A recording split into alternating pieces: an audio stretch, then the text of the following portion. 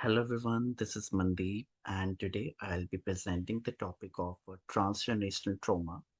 This is a significant issue for Aboriginal and Torres Strait Islander people.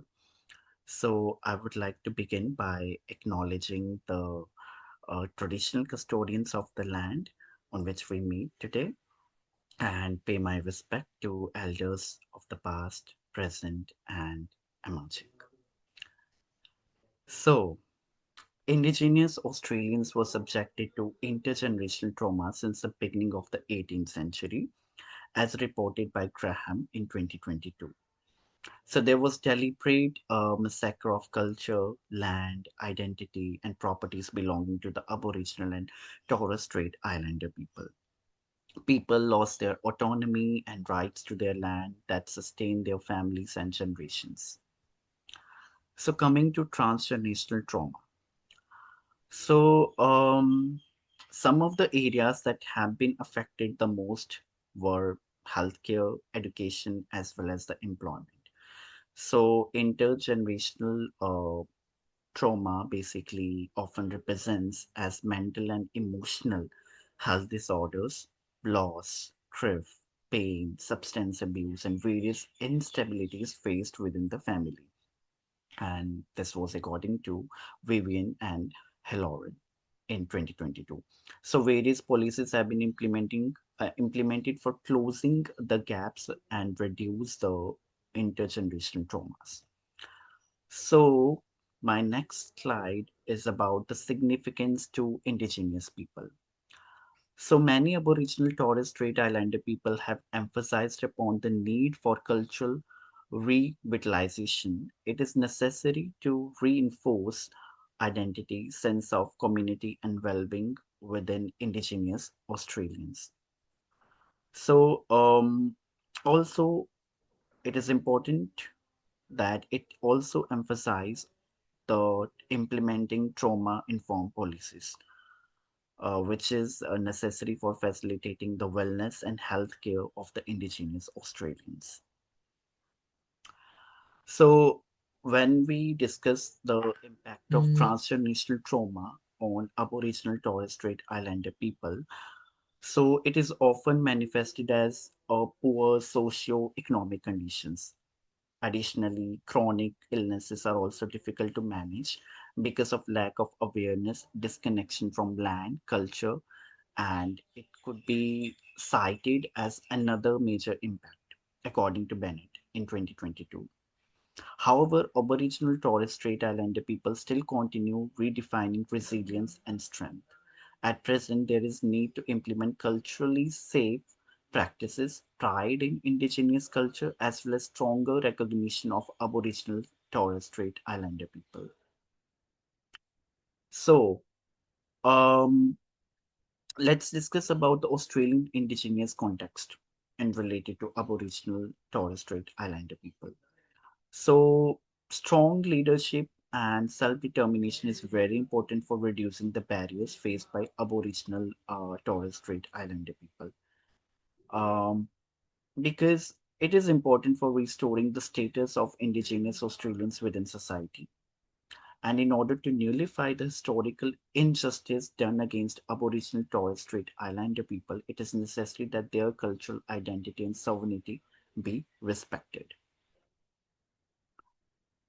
So, let's discuss about the considerations while working within Indigenous people.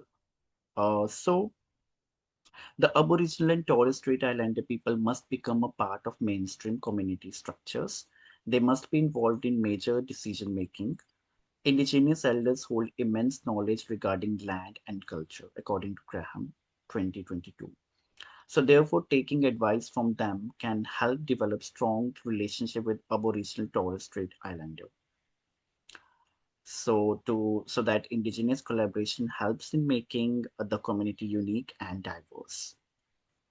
Let's discuss about the intersectionality related to indigenous and Western linking frameworks. So this slide particularly focuses on both indigenous and non-indigenous population that are separated based on socioeconomic status, gender, culture, identity, as well as history.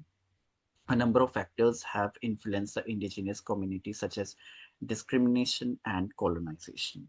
And there is need to develop more inclusive culture that emphasizes upon socio justice, learning, well-being, and cultural inclusivity. So, when it comes to Australian Association of Social Work practice standards, so the impact of transnational trauma must be understood, as mentioned by Standage in 2022, that cultural competency must be built in AASWs. Social justice is prioritized by AASW. There is need for reflective practice. Yes.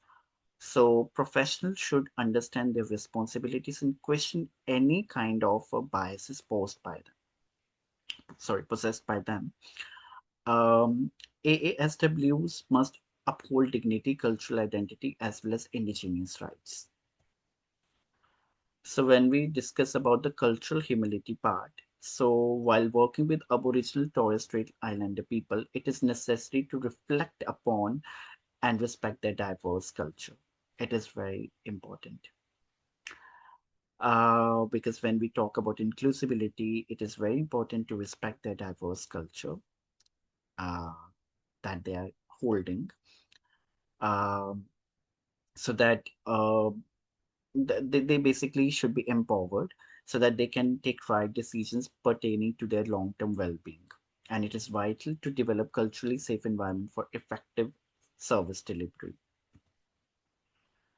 Let's talk about cultural safety part. So cultural differences need to be identified from the root. In this respect, help can be taken from Aboriginal Torres Strait Islander people. Also, developing genuine community partnerships is very important. Proactive, clear communication helps foster respect because communication is the key. Cultural humility and cultural safety provides positive results, strengthen community bonding, and at the same time, it is necessary to uphold well-being, cultural identity, and dignity of the Aboriginal and Torres Strait Islanders. So when we talk about the identify affiliated by land claims, so making right decisions is often based on consultations. In this respect, AASWs must support indigenous group in understanding their strength and utilize them for gaining socioeconomic advantage. Protecting sacred sites and preserving cultural heritage is very important. As mentioned by Mendes, Power, and Tengivi uh, in 2025, both governments as well as service providers play a very important role in ensuring indigenous sovereignty and rights should be respected. So, when we talk about the importance of national reconciliation, so the main purpose of the reconciliation was to strengthen bond between indigenous and non-indigenous Australians. It is an ongoing process and discrimination still exists on many levels. Yes. Also, there is a need to make future generations aware regarding richness of Aboriginal Torres Strait Islander people. And this national reconciliation basically aims at achieving goals pertaining reconciled and equitable Australia, according to Corcoran 2023. So the ethical considerations that should be kept in mind while working with indigenous people. So there should be a greater use of accountability for restoring rights and equality of Aboriginal and Torres Strait Islanders people.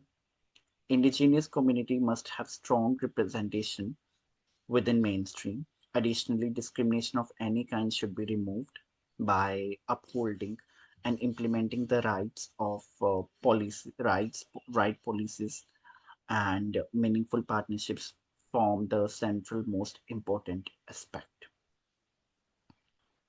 So these are the references from which I have taken uh, in making the presentation.